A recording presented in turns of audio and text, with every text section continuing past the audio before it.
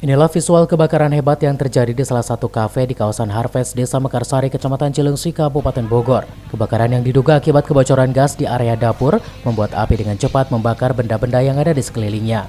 Sempat terdengar 5 kali ledakan sebelum petugas berhasil menjinakkan api dengan menerjunkan 3 unit mobil pemadam kebakaran. Meskipun tidak ada korban jiwa, sedikitnya 9 orang yang mengalami luka bakar ringan langsung dilarikan ke rumah sakit terdekat. Saat ini kasus tersebut ditangani pihak kepolisian setempat. Untuk kebakaran di Harvest, kita menurunkan 3 unit dari sektor Cileungsi. Untuk proses pemadaman kita di lapangan, kita selama kurang lebih 1 jam.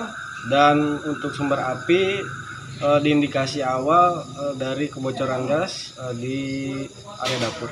Untuk ledakan dari saya sendiri mendengar di lapangan sekitar ada 5 kali. Korban jiwa nihil, namun ada 9 orang terkena luka bakar dilarikan ke rumah sakit terdekat. Dari Cileungsi, Kabupaten Bogor, Edi Junaidi melaporkan.